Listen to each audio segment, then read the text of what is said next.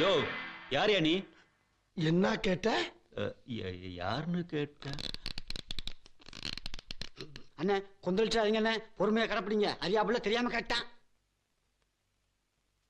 ஆமா நீ யாரு? டிரைவர்னு.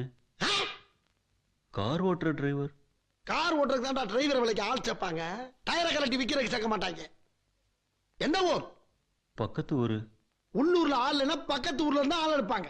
பாகிஸ்தான்ல இருந்து இருக்க மாட்டாங்க. முட்டாள். என்ன படிச்சிருக்க?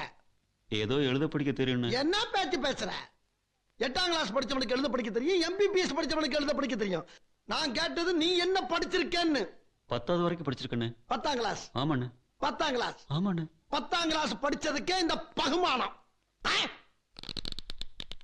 பொறுமை பொறுமை சாமி, பொறுமை பொறுமை சாமி. துண்ட தோச்சியாடா? துவச்சு 1 மாசம் தான் ஆச்சு சாமி. என்ன பண்ண போற?